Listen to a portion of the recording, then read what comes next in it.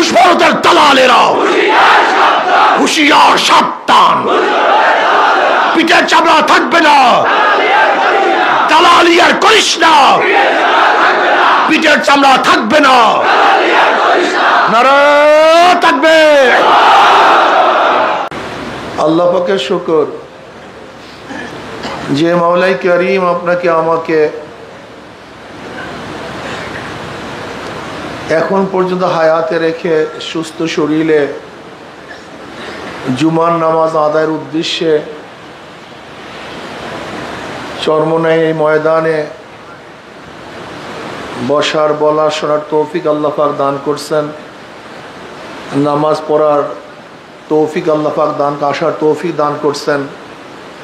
এর জন্য শুকরিয়া তান সবাই বলে আলহামদুলিল্লাহ। আলহামদুলিল্লাহ বয়ান চলতেছে, আগামীকাল আখির মোনাজাত দেওয়ার আগ পর্যন্ত নসিহাত চলতে থাকবে। বুখারী শরীফের রওয়ায়াত আছে দ্বীন ওয়ান নসিহা, নসিহাতের নামই দিন। যতদিন নসিহাত চলতে থাকবে ততদিন দিন জারি থাকবে। নসিহাত বন্ধ, দিনও বন্ধ। তার মানে এখানে যারা আসছি হয়তোবা কেউ কার নসিহাতের মাধ্যমে আল্লাহ পাক রব্বুল আলামিন দিনদার বানাইছেন।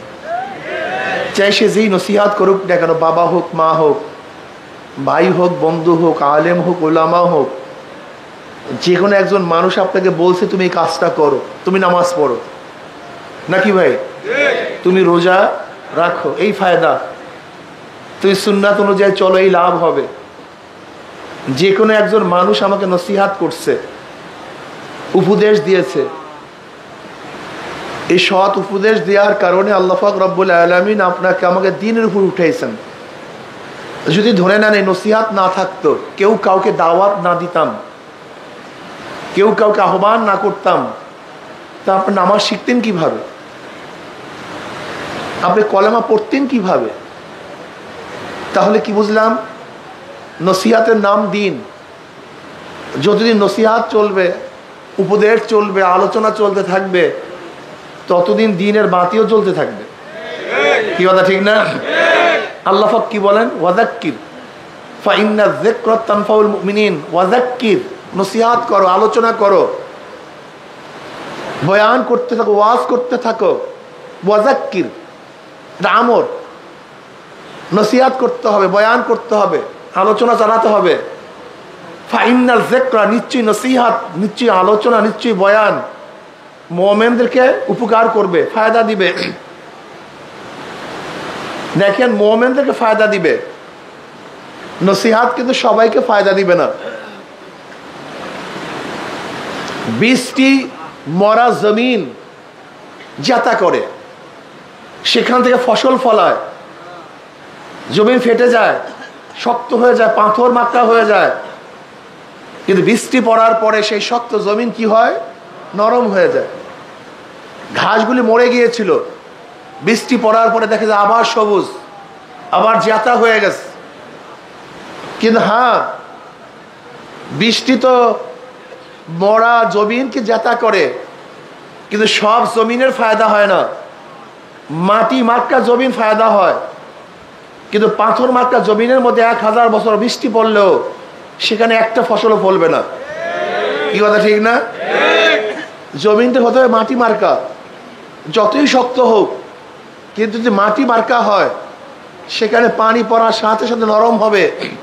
কিন্তু যদি পাথর মার্কা হয় সেখানে 1000 বছর বৃষ্টি পড়লেও সেই জমিন কিন্তু নরম হবে না। ঠিক যেই কলবটা মাটি মার্কা, এই কলবটা যতই শক্ত হোক না কেন, তার মধ্যে কোরআন ও হাদিসের নসিহত, জিকির, আজকার পড়ার সাথে সাথে সেই কলবটা আবার জাতা হয়ে যায়। কিন্তু সুম্মা কাসাত কুলুবুকুম মিন বাদি যালিকা ফাহিয়া কাল হিজারাতি আশাদ্দু কাসওয়া, কিন্তু যেই কলবটা পাথরের চেয়ে শক্ত হয়ে গেছে, সেই কলবের মধ্যে 1000 বছর বয়ান শুনলেও সেই কলব কিন্তু নরম হবে না। কথাটা বুঝাতে পারছি? আমরা অনেকেই মনে করি সবাই তো বয়ান শুনি, এখানে আমার আওয়াজ সবাই শুনতেছেন, কিন্তু সবার কলব কিন্তু এক না, সবই মাটি, সব মাটির মান কিন্তু এক না, সবই পাথর, সমস্ত পাথরের দাম এক না, সবই পানি কিন্তু সব পানি কিন্তু ঝমঝম পানি না, সবই গাছ, সব গাছ কিন্তু ঔদ এবং চন্দন গাছ না, সবই মানুষ, সমস্ত মানুষ কিন্তু আবু বকর, ওমর এবং ওসমান না, আলী না। কি কথা ঠিক না? সবই মানুষ কিন্তু সবার মান কিন্তু এক না। এখানে যারা আসছেন সবাই মানুষ, সবাই চরমনে মুজাহিদ, সবার মান কিন্তু এক না, বুঝতে হবে। লক্ষ সাহাবীদের মধ্যে থেকে সবাই কিন্তু জান্নাতের সুসংবাদ পান নাই, লক্ষ সাহাবীদের মধ্য থেকে সবাই কিন্তু খোলাফায়ে রাশিদিন হন নাই, লক্ষ সাহাবীদের মধ্য থেকে সবার পার আওয়াজ কিন্তু আরশে পৌঁছে নাই। কি কথা ঠিক না? সবাই কিন্তু সাহাবী, কিন্তু মানের মধ্যে কি আছে? হ্যাঁ, পার্থক্য আছে। কি কথা ঠিক না? এটা থাকবে। সবাই নবী, কিন্তু সমস্ত নবীর মর্যাদা কিন্তু আমার নবীর মতো নয়। সবাই নবীর মর্যাদা ঠিক আছে, নবী হিসাবে সবাই মর্যাদাশীল, সবচেয়ে দামি, কিন্তু সমস্ত নবী আমার নবীর মতো না। পার্থক্য আছে কি নাই? সবই পাহাড়, সব পাহাড় গাড়ে হেরা না, সবই ভূমি, কিন্তু সব জমিন কিন্তু মক্কা মদিনা না। এর মধ্যে পার্থক্য আছে কি নাই? সবাই মানুষ, কিন্তু সমস্ত মানুষের মান কিন্তু এক না, পার্থক্য আছে। এর জন্য আমি মুজাহিদদেরকে বলবো যে অন্য কেউ কি করুক না না করুক সেটা আপনার দেখার বিষয় না। আপনি কি করবেন আপনাকে সিদ্ধান্ত নিতে হবে। আমি কি করব? কেউ হালকায় যায় নাই, মাসিক ইস্তেমায় যায় না, ব্যাস আমিও ছেড়ে দিলাম, না, এটা হবে না। আপনি অবশ্যই মনে রাখবেন সবার মান এক না, সবার থেকে আল্লাহ পাক এক ধরনের কাজ নেয় না। আল্লাহু আকবার। অনেক জায়গায় দেখছি চরমনা সাধারণ মুজাহিদ, কিন্তু তাদের দাওয়াতের কারণে দাওয়াতের তাসির এত মারাত্মক, যেখানে দাওয়াত দেয় আল্লাহ পাক সেখানেই দেখা যায় ফুল ফলাতে থাকে, ফসল ফলাতে থাকে, সেখানে সুন্দর সুন্দর সুন্দর সুন্দর মানুষ তৈয়ার হয়ে যায় যা চিন্তাও করা যায় না। এর জন্য মনে রাখতে হবে সমস্ত মানুষের চেহারা এক, বাহ্যিক চেহারা এক, চক্ষু কান নাক সবই দেখতে এক, কিন্তু একের চোখের সাথে আর এক চোখের কোনো মিল নাই, একের দাঁতের শেপের সাথে। এই যে দাঁত দেখেন না, যত মানুষের দাঁতের শেপ, এই গোটা দুনিয়ার মানুষ মধ্যে যত মানুষ চলে গেছে, যত মানুষ আছে, যত মানুষ আসবে, এই দাঁতের পাটি কিন্তু সবাই এক না, সব ভিন্ন। এই যত দুনিয়ার মানুষ দেখেন না, সবাই দাঁতের শেপ কি সব ভিন্ন। আশ্চর্য হয়ে যাবেন। আল্লাহ পাক কি বলে, অফি আনফুসিকুম আফালা তুবসিরুন, আমি তো তোর মধ্যেই আছি, তুই কেন দেখো না? আপনি চিন্তা করতে পারছেন গোটা দুনিয়ার মধ্যে দাঁতের শেপের মধ্যে আল্লাহ পাক কত ডিজাইন করছেন, এই ডিজাইন করছেন কিভাবে আপনি চিন্তা করতে পারছেন? একদিনও চিন্তা করেননি। হ্যাঁ, এই গোটা দুনিয়ার যত মানুষের চক্ষু দেখেন, যারা চলে গেছে, যারা আছে, যারা আসবে, এরকম গোটা দুনিয়ার মানুষের চক্ষু তো ডাইরেক্ট দেখা যায় এক, কিন্তু কারোর চোখের সাথে কারোর চোখের কোনো মিল নেই। এই গোটা দুনিয়া যত মানুষ চলে গেছে, যত মানুষ আছে, যত মানুষ আসবে, হাতের ছাপের সাথে, এই আঙ্গুলের ছাপের সাথে আর একজনের আঙ্গুলের ছাপের মিল নাই, কণ্ঠের সাথে মিল নেই, চেহারার সাথে মিল নাই। কি ভাবছেন? কি কোন ডিজাইনার এত ছোট্ট জায়গার মতো এত ডিজাইন কিভাবে করছে? 5 টাকার সাজের থেকে 5 টাকার নোট বের হয়, 10 টাকার সাজের থেকে 10 টাকার নোট বের হয়, 100 টাকার সাজের থেকে 100 টাকার নোট বের হয়। আর আমার মার সাজ একটাই, মেটালও এক, সেখান থেকে আমরা হাজার হাজার হাজার হাজার সন্তান বের হইতেছি। একই মায়ের সাজের থেকে 7 ভাই, 10 ভাই, 11 ভাই, 15 ভাই বের হলাম, অনেক বোন বের হলাম, একজনের চেহারার সাথে আর একজনের চেহারার পূর্ণ মিল নেই, গলার সাথে মিল নেই, তবিয়াতের সাথে মিল নেই। ভাবছেন কি? সব মাওলার কুদরত, সব মাওলার খেলা। আসলে মাওলা কিন্তু চিনি না, মাওলা নিয়ে তো গবেষণা করি না, শুধু দুনিয়া নিয়ে গবেষণা করি। তুমি একদিন চিন্তা করে দেখো তো, এ কোন কারিগর এত সুন্দর সাজে সাজাইছেন? কোন কারিগর চেহারা কিরকম বানাইছেন? কোন কারিগর চোখের মধ্যে এত ডিজাইন করছেন? কোন কারিগর দাঁতের শেপের মধ্যে এত ডিজাইন করছেন? আপনার আমি কথা বলি, এই যে রগ ফুইলা যায়, দুইটা তার, ঠিক না ভাই? সবারই দুই তারের মধ্যে থেকে কথা বের হয়, নাকি ভুল বললাম? কিন্তু তারের মধ্যে এরকম কি ডিজাইন করছে? এত ডিজাইনার কে? একজনের কণ্ঠের সাথে আরেকজনের কণ্ঠের পূর্ণ মিল নেই এই তারের মধ্যে, অথচ রগ তো সবই দেখতে দেখা যায় সমান, বাহ্যিক দৃশ্যের রগগুলি সবই এক, কিন্তু এক রগের সাথে আর এক রগের পূর্ণ মিল নেই। কি আজীব! যেহেতু চোখের সাথে মিল নেই, চেহারার সাথে মিল নেই, ভাববেন যত মানুষগুলি আছে সবার অন্তরের সাথেও কিন্তু মিল নেই। কলব আলাদা, চরিত্র আলাদা, তবিয়াত আলাদা, মেজাজ আলাদা। এর জন্য সবসময় খেয়াল রাখবেন, যেহেতু কলব আলাদা, আমাদের মধ্যে কিছু মতনৈক্য হতেই পারে, নাকি ভাই? মতনৈক্য হতেই পারে। এখন আপনাদের মানামানি না থাকে, মানামানি না থাকে, তাহলে এটা সংশোধন করবেন কিভাবে? সম্ভব কিভাবে? কেউ কার কথা মানলেন না, হ্যাঁ আমি ঠিক মানি না। আপনি কে? কিসের থানা, কিসের জেলা, কিসের বিভাগ? মানি না। কি করবেন? এর কোনো রোগের ঔষধ নেই, আপনাকে মানতে হবে। কি করতে হবে? যে কোনো এক জায়গায় মানতে হবে। তাল গাছ মানেন, কলা গাছ মানেন, মানেন। অলাউকান আব্দুল হাফসিয়া মানেন, মানার যোগ্যতা অর্জন করেন। যদি মানতে পারেন তাহলে আপনি দামি হবেন, মানতে পারেন এই সংগঠন থাকবে, মানতে পারেন আপনি কামিয়াব হবেন। আতিউল্লাহ ওয়া আতিউর রাসূল ওয়া উলিল আমরি মিনকুম, মানামানি সবচেয়ে দামি। সবচেয়ে দামি কি ভাই? ঠকেন, অসুবিধা কি? আমি যেন আল্লাহর কাছে জিতি। আপনি মনে মনে ভাববেন, যদি আমাকে এখানে ঠকানো হয় আমি আল্লাহর কাছে জিতব, যুগের এখানে অপমান করা হয় আমি আল্লাহর কাছে সম্মানিত হব। এই চিন্তা ভাবনা নিয়ে চলতে থাকেন। না, গরুর মতো আড়ি দিছি তো দিছি, ছাগলের মতো ঠেনি দিছি তো দিছি, কোন অবস্থাতে নড়বো না, হবে না। দেখেন, বুঝেন, আপনার আমার গায়ে সুন্দর একটা জামা, এই জামাটা ছিল এক থান, কোনো ফাড়া ছিল না, চিরা ছিল না, টুকরা ছিল না, কিন্তু দর্জি কি করছে? কথা বলেন, সবাই কথা বলেন। যদি থানওয়ালা নিজেকে কাটার কষ্ট সহ্য করতে না পারত, তাহলে আমার গায়ে সুন্দর একটা জামা হইতো না। যখন থান কাপড়, আস্তা কাপড়টা নিজেকে টুকরা করার কষ্ট সহ্য করতে পারছে, তখনই আমার গায়ে সুন্দর একটা জামা শোভা পাইছে। আপনাকে কষ্ট সহ্য করতে হবে, মিলাতে গেলে, জোড়া দিতে গেলে। আপনি দেখছেন বিল্ডিং গুলি, কোন ইট আস্তা থাকে, কোন ইট ধাম ধাম ভেঙে ফেলে। এখন কোন ইট যদি বলে আমাকে ভাঙছো কেন, ওইটা আস্তা, আমি কেন আস্তা থাকবো না? ওইটাকে তুমি কোপ দাও নাই, তুমি আঘাত করো নাই, আর আমাকে থাম থাম আঘাত করে আমাকে ভেঙে ফেলছো, আমি থাকবো না। হ্যাঁ, আমাকে মেশিনের মধ্যে দিয়ে তুমি টুকরা টুকরা করে একেবারে খোয়া বানায় ফেলাইতেছ।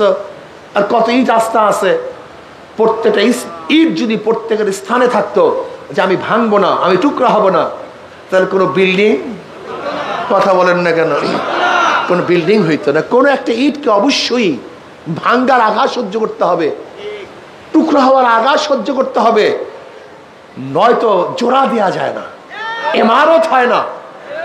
দেখেন, আজকে আমরা বিল্ডিং দেখে খুবই আকৃষ্ট হই, কত সুন্দর বিল্ডিং, লেকিন আমরা কি দেখি? উপরের কিছু ইট দেখতেছি, এরকম ইট কিন্তু মাটির নিচেও কিছু আছে, যে ইটকে কোনোদিন কেউ দেখবে না। যদি মাটির নিচের ইটগুলিকে নিজেকে লুকাবার, নিজেকে ধ্বংস করা, চিরতরে মাটির নিচে যাওয়ার কষ্ট সহ্য করতে না পারতো, তাহলে তার উপর এত সুন্দর ইমারত হইতো না। কিছু ইট নিজেকে বিলীন করে দিয়েছে, এই নিজেকে বিলীন করার কারণে তার উপরে সুন্দর ইমারত হয়েছে। ঠিক আমাদের মধ্যে কিছু লোক এরকম বিলীন করতে হবে। কিছু লোক মাটির নিচে চলে যাবে, তাদেরকে কেউ দেখবে না, কেউ প্রশংসা করবে না, তাদেরকে কেউ চিনবে না, জানবে না, তাদের আলোচনা হবে না। তারা মাটির মধ্যে চলে গেছে, লেকিন তাদের উপরই বিশাল ইমারত হবে। ঠিক আমাদের মুজাহিদদের মধ্যে একদল মুজাহিদকে এইভাবে ত্যাগ স্বীকার করতে হবে। আমি কিচ্ছু না, যাক নষ্ট আমি হয়ে যাই, কিন্তু আমার সংগঠন ঠিক থাকবে, আমার তরিকা ঠিক থাকবে, আমার ভাইয়ের উপর আঘাত না আসে, সে ব্যবস্থা করতে হবে। বাবুর্চি খানা পাকাইছে, খানা হঠাৎ করে গোশের মধ্যে একটা ব্যাং পড়ে গেছে, ছোট্ট একটা ব্যাগ, এরকম পড়ে না অনেক সময়। বলেন তো যদি কেউ ব্যাং দেখতো খানার মধ্যে, পুরো সমাজ কি হয়ে যেত? বাবুর্চি কি করছে, সাথে সাথে গোশতের মধ্যে ব্যাংকটা খেয়ে ফেলেছে। সে কষ্ট স্বীকার করছে, লেকিন সমাজ নষ্ট হইতে দেয়নি। সে ধ্বংস হয়ে গেছে, কিন্তু সমাজ ধ্বংস হইতে দেয়নি। এরকম তোমাকে আমাকে যে কোনো এক জায়গাতে এই কষ্ট স্বীকার করতে হবে। আমি একটা জিনিস দেখছি, যদি বলি সব ধ্বংস হয়ে যাবে, জ্ঞানজাম লাগবে, চুপ থাকো, বলো না। কিন্তু তোমার আমার অবস্থাটা কি? তোমার আমার অবস্থা হলে এই, নিজেরা মারামারি করতে করতে সব ধ্বংস হয়ে যাইতেছে। এরকম তাঁতারিরা ইরাককে ধ্বংস করে ফেলছে। ওই সময় মুসলমানদের মধ্যে ইখতিলাফ চলতেছিল, মতনৈক্য চলতেছিল, কথিত আছে ওই সময় মাসালা চলতেছিল, গরুর প্রসাব পাক না না পাক, বাস এই মাসালার উপরে বিশাল বিশাল সেমিনার সিম্পোজিয়াম চলতেছে। অথচ তাঁতারির আইসা একেবারে 10 লক্ষ মানুষের মাথা দিয়া মিনার করছে, সব ধ্বংস করে ফেলছে। ইউফ্রেটিস নদী, টাইগ্রিস নদী, মুসলমানদের রক্ত লাল হয়ে গেছে। সমস্ত মুসলমানদের কুতুবখানা জ্বালিয়ে দেওয়া হয়েছে। যেই মুসলমানরা সামান্য কিছু মুসলমান ইরাক দখল করেছিল, অথচ হালাকুকা চেঙ্গিস খা সেই মুসলমানদের ইতিহাসকে মাটির সাথে মিলিন করে দিয়েছে। কিসের জন্য? মুসলমানের সংখ্যা তো অনেক ছিল, কিন্তু পারে নাই কেন? আপুসের মধ্যে বিভেদ, জ্ঞানজাম, মতনৈক্য। আজকেও যদি তোমার আমার মধ্যে মতনৈক্য সৃষ্টি হয়, এই কাফেলা থাকবে না, এটা ধ্বংস হয়ে যাবে। বিভিন্ন ধরনের শত্রু তোমাকে আমাকে ধ্বংস করার চক্রান্ত করতেছে। আপনি ভেবেছেন কি চরমুনাই মুজাহিদদের মধ্যে, চরমুনাইয়ের প্রতি কোন ইসলামের দুশ্মনদের কোনো চক্ষু নাই, কোন ষড়যন্ত্র নাই? এটা ভেবেছেন? ব্যাকুল, এইটা তুমি ভাবছো? তুমি কি ভেবেছো? মনে করবা বিভিন্ন জায়গাতে হয়তোবা আমাদের দুশ্মনেরা, এই তরিকার দুশ্মনেরা, এই সংগঠনের দুশ্মনেরা বিভিন্ন কৌশলে লোক সেটিং করছে, ফিটিং করছে। আস্তে আস্তে তোমার এবং আমার মেজাজ, মন খারাপ করে ফেলবে। এমন দুই একটা কথা বলবে, দেখবে মনটা খারাপ হয়ে যায়, বাস শেষ, সব শেষ। মানুষের মন নষ্ট হওয়ার জন্য একটা কথাই যথেষ্ট, হাজার কথা কোনো প্রয়োজন নেই। তুমি আমি ইখতিলাফ করি, অথচ তাতারিদের মতো গজব ইসকন আজকে আসতেছে। আজকে ভারতের অবস্থা দেখছেন, ভারতের মিডিয়ার অবস্থাটা কি মিথ্যা ছড়াইতেছে। আমি প্রশ্ন করতে চাই, ইসকনের যারা সদস্য তারা বাংলাদেশের নাগরিক কি বাংলাদেশের নাগরিক না? এই প্রশ্নটা প্রথম ভারতের কাছে আমি প্রশ্নটা করতে চাই, তারা বাংলাদেশের নাগরিক কি নাগরিক না? না তারা ভারতের নাগরিক, এদেশে অস্তিত্ব সৃষ্টি করার জন্য ভারত পাঠিয়েছে? এটা আমাদেরকে দেখার বিষয় আছে, কি কথা ঠিক না? যদি ইসকনের সদস্যরা বাংলাদেশের নাগরিক হয়ে থাকে, তাহলে অবশ্যই এই বাংলাদেশের আইন অনুযায়ী তাদের বিচার হবে, সমাধান হবে, তারা নাগরিকের অধিকার ভোগ করবে, কি কথা ঠিক না? যেখানে ভারতের কিছু করার নেই, ভারতের কিছু দেখার নেই, কিন্তু ভারত এত উৎসাহিত কেন? ভারতের মিডিয়া এত গরম কেন? এত মিথ্যা প্রভাকাণ্ডা ছড়াচ্ছে কেন? তার মানি হলো সিকিমের মতো এই ভারত এই দেশটাকে গ্রাস করার চক্রান্ত করতেছে। ভারত তো দেশটাকে গিলে ফেলছিল, হঠাৎ করে বাংলাদেশের জনগণ সচেতন হওয়ার কারণে, সাপের মুখের থেকে খাদ্যকে টেনে বের করার কারণে, সিংহের মুখের থেকে খাদ্য ছিনিয়ে আনার কারণে এখন সিংহের মাথা খারাপ হয়ে গেছে, বাঘের মাথা কি হয়ে গেছে। তুমি ভেবেছো তুমি সিংহ, তুমি ভেবেছো তুমি সিংহাবাসন, তুমি ভেবেছো তুমি সিংহ, তুমি বাঘ। কিন্তু বনের জঙ্গলের ছোট প্রাণীগুলো যখন একসাথ হয় তখন বড় বড় বাঘও ভাগতে বাধ্য হয়, পরাজিত হতে বাধ্য হয়। ভারত নিজেকে বাঘ ভাবে, অথচ আমি জীবনেও ভারতকে কোনোদিনই বাঘ ভাবিনি নাই। ভারতকে আমি কোনো শক্তিশালী দেশই মনে করি না। ইতিহাস আছে এদের, এদের ইতিহাস আছে। মোহাম্মদ বিন কাসিম রহমতুল্লাহ আলাইহি মাত্র 5000 সৈন্য নিয়ে রাজা দাহিরের 1,00,000 সৈন্যকে পরাজিত করেছিল, রাজা দাহিরকে হত্যা করেছিল। সুলতান মাহমুদ গজনবী রহমতুল্লাহ আলাইহি 17 বার ভারত আক্রমণ করে বিজয় করেছিল। দ্বিতীয় পানিপথের যুদ্ধে প্রায় লক্ষ লক্ষ ব্রাহ্মণদেরকে হত্যা করা হয়েছিল। এই ভারতের মধ্যে আমরা স্বল্প সংখ্যক মুসলমান দীর্ঘ 750-800 বছর পর্যন্ত শাসন করেছিলাম। এই ভারত তো আমাদের, এই ভারত কাদের? এটা মুসলমানদের দেশ। কারণ ভারতের মুসলমানদের থেকেই ব্রিটিশ দেশ দখল করেছিল। যেহেতু আমার থেকে দখল করা হয়েছে, কাজে ক্ষমতা দ্বিতীয়বার আমাকেই দিতে হবে, নাকি ভুল বললাম? এ ভারত মুসলমানদের দেশ। 750-800 বছর পর্যন্ত মুসলমানরা শাসক ছিল। 1803 ঈসাই সালে তৎকালীন জাফরের থেকে ব্রিটিশ এই দেশ দখল করে, যুদ্ধের মাধ্যমে নয়, ষড়যন্ত্রের মাধ্যমে, যুদ্ধের মাধ্যমে, মুনাফিকের মাধ্যমে। মুসলমানরা লোভী হওয়ার কারণে, মুসলমান নামীয় হাজারো মুনাফিক সৃষ্টি হওয়ার কারণে মীর জাফর, বীর সাদেকের মতো, ঘষিটে বেগমের মতো বড় বড় মুনাফিক সৃষ্টি হওয়ার কারণে ব্রিটিশ এ দেশ দখল করতে পারছে।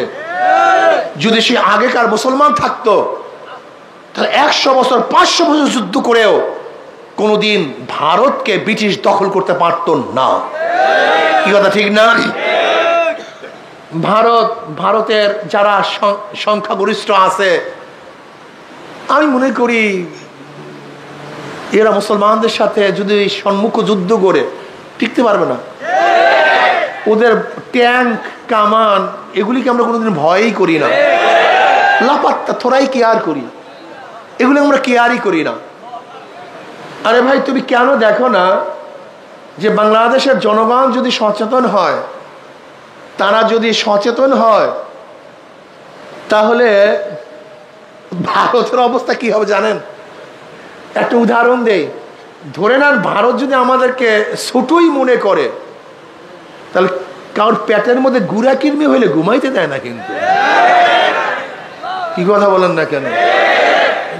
আমিও বলবো যদি আমরা গুড়া কিরমি হয়ে যায়, তুমি কিন্তু ঘুমাতে পারবা না, অস্থির থাকবা সবসময়। 24 ঘন্টা তোমার চক্ষু খোলা থাকবে, ঘুমাতে পারবা না। কিন্তু তোমার 3 দিকে কিন্তু আমরা, কয় দিকে? 3 দিকে আমরা। কিন্তু আমরা ভারতের পেটের মধ্যে নয়, কিন্তু ভারত আমাদের পেটের মধ্যে। এটা ভুল ব্যাখ্যা দেওয়া হয়, আমাদেরকে দুর্বল করা হয়। আমরা ভারতের পেটের মধ্যে থাকবো কেন? বরং ভারত আমাদের পেটের মধ্যে। আমাদের পেটের মধ্যে কে? যদি নাড়া দেয় বের হয়ে যাবা, কিন্তু যদি ঠিক মতো পেটে নাড়া দেয় বের হয়ে যাবা। আমি ভারতকে বলবো, আমরা মারামারি করতে চাই না, আমরা প্রতিবেশীর সাথে ভালো ব্যবহার করতে চাই, ভালো সম্পর্ক রাখতে চাই। এটা আমাদের অভ্যাস, এটা আমাদের শিক্ষা। লেকিন ভারত যদি বারবার আমাদের দেশ নিয়ে ষড়যন্ত্র করতে চায়, করে, আমরা কিন্তু সচেতন, আমরা কিন্তু গোলাম না। বাংলাদেশে মানুষ না খেয়ে থাকতে পারে, কিন্তু গোলামি করতে পারে না। বাঘ 1000 বছর না খেয়ে থাকতে পারে, কিন্তু ঘাস খেতে পারে না।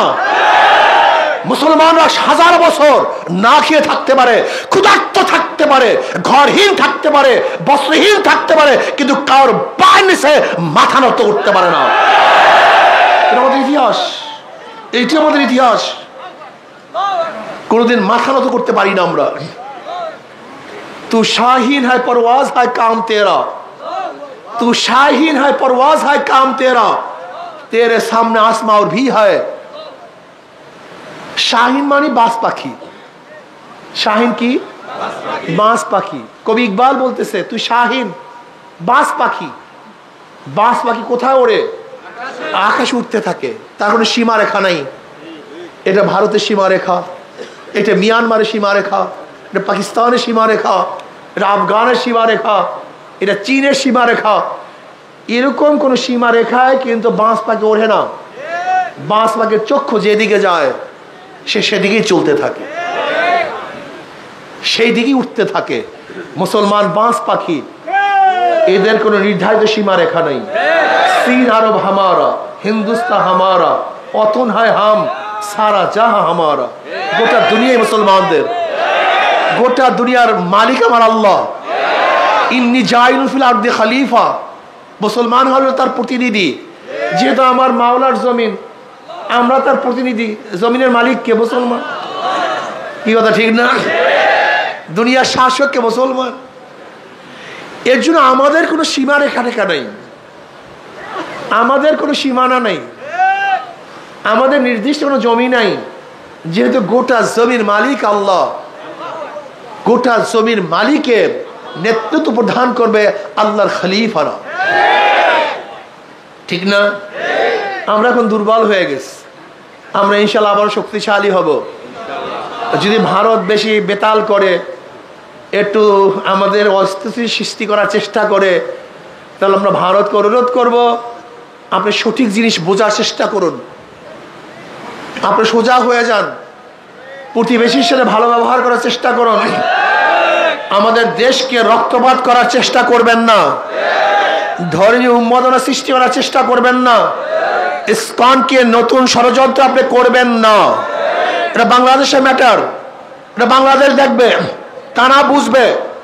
কিন্তু খোদা না খাস্তা যদি প্রমাণিত হয় ইসকন এটা ভারতের সৈন্য, ইসকন ভারতের লোক, ইসকনের মাধ্যমে এদেশকে ধ্বংস করার চক্রান্ত চলতেছে, তাহলে ইনশাআল্লাহ বাংলাদেশের প্রত্যেকটা নাগরিক ঐক্যবদ্ধ হয়ে একত্রিত হয়ে ইসকনের বিরুদ্ধে লড়াই করবে।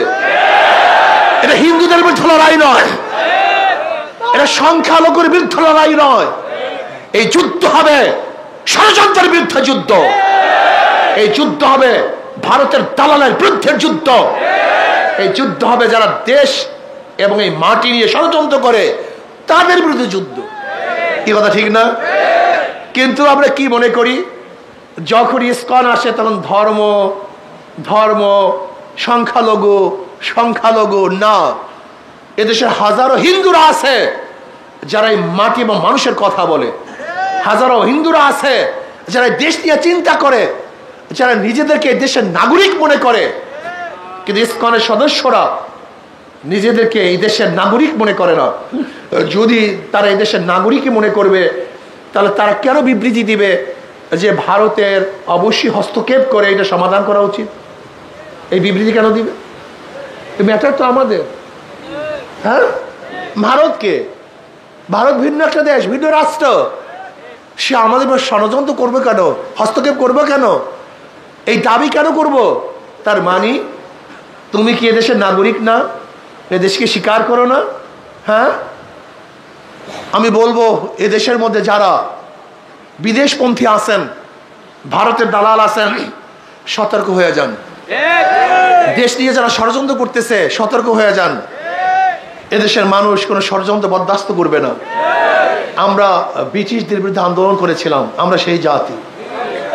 আমরা পশ্চিম পাকিস্তানের বিরুদ্ধে আন্দোলন করেছিলাম, আমরা সেই জাতি। আমরা সন্ত্রাসের বিরুদ্ধে আন্দোলন করেছি, আমরা ফ্যাসিস্টের বিরুদ্ধে আন্দোলন করেছি, মাথা নত করি নাই, আজও করব না। ইনশাল্লাহ ডাক আসলে, যখনই ডাক দেওয়া হবে আমরা ঝাঁপিয়ে পড়তে রাজি আছেন ইনশাআল্লাহ? দেরি করবো না, সবাই ঝাঁপিয়ে পড়তে রাজি আছেন ইনশাআল্লাহ? নারায়ে তাকবীর, নারায়ে তাকবীর। আমরা সবাই নবীর সেনা, আমরা সবাই রাসূল সেনা। কোরআন সুন্নাহর আলো ঘরে ঘরে জালো। রুশ ভারতের দালালেরা হুঁশিয়ার সাবধান। দালালি আর করবি না, পিঠের চামড়া থাকবে না। দালালি আর করবি না, পিঠের চামড়া থাকবে না। নারায়ে তাকবীর, নারায়ে তাকবীর। আমরা সবাই নবীর সেনা, ভয় করি না বুলেট বোমা।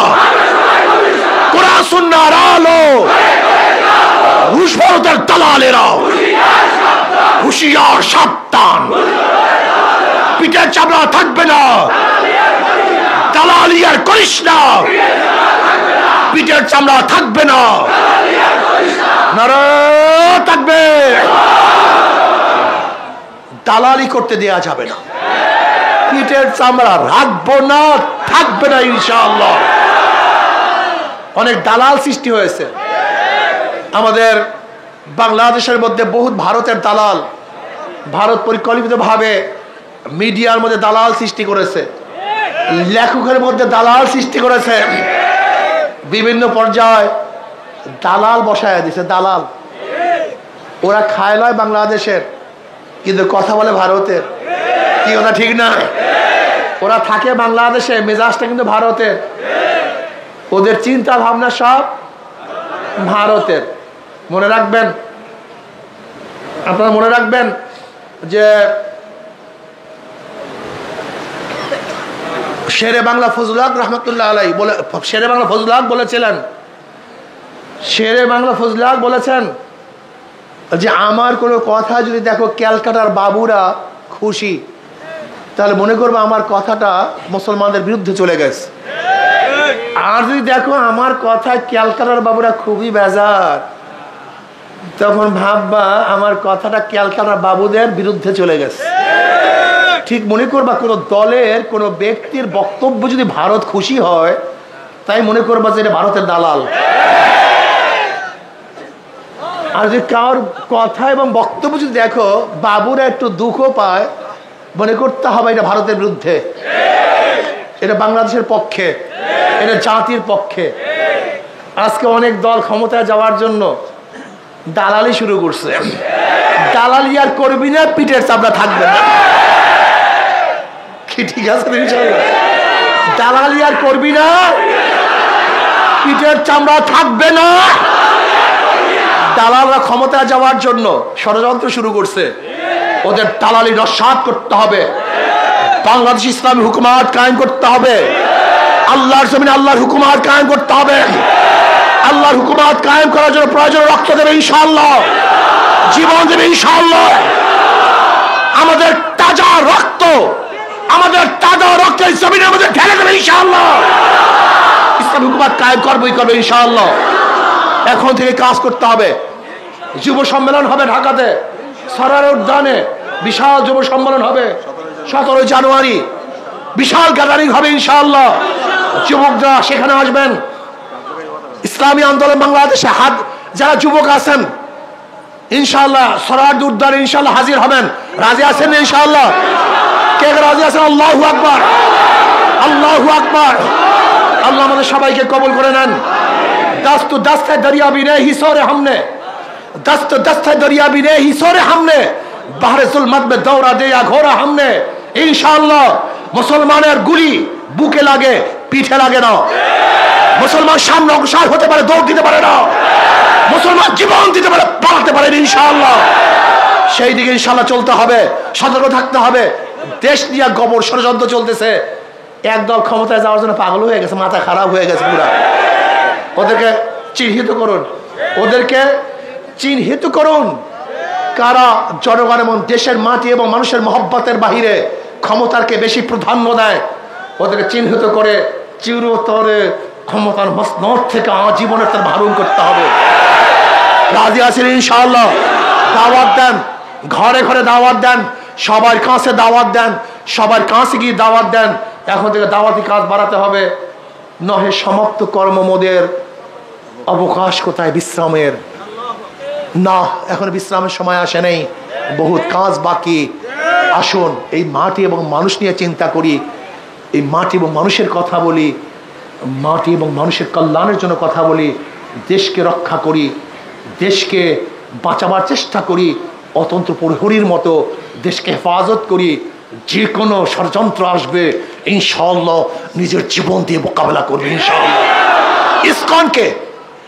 ইসকনকে নিষিদ্ধ করতে হবে। বাংলাদেশে ইসকনের কোনো অফিস থাকবে না, এই সন্ত্রাসী দল বাংলাদেশে থাকবে না। এটা টেররিস্ট, এটা টেররিজম, এটা সন্ত্রাসবাদ। আপনি দেখেন ইসকনের বিরুদ্ধে আলোচনা করেছিলাম কত বছর আগে? 1 যুগ আগে আলোচনা করেছিলাম, 1 যুগ আগে। বক্তৃতা শোনেন আমার, ইসকনের বিরুদ্ধে 1 যুগ আগে আলোচনা করেছিলাম। ইসকন বাংলাদেশের ষড়যন্ত্রকারী, এরা সন্ত্রাস, এরা টেররিস্ট। 1 যুগ আগে বলেছিলাম। বাংলাদেশের সরকারের কানে পানি যায় নাই, আজকে মাত্র কানে পানি যাওয়া শুরু হয়েছে। যদি এখনো কানে পানি না যায়, তোমাদের বুকের উপরে পাড়া দিবে, তোমাদেরকে হত্যা করবে, এদেশকে বিক্রি করে দিবে, এদেশকে অস্থিতিশীল সৃষ্টি করবে। কাজে আল্লাহ আমাকে এবং আমাদের সবাইকে সমস্ত ষড়যন্ত্র থেকে হেফাজত করুন। আল্লাহর জমিন আল্লাহর হুকুমত কায়েম করুন ইনশাআল্লাহ। হাত পাকাকে আল্লাহ পাক বিজয় করে দেন। সব মার্কা দেখা শেষ। আস্তে কয় ঘটনা কি? সব মার্কা দেখা শেষ।